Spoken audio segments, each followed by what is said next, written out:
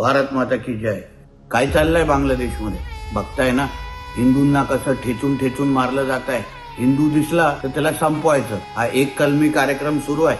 आचार्य चिमनदास प्रभूजींना अटक केलेली आहे.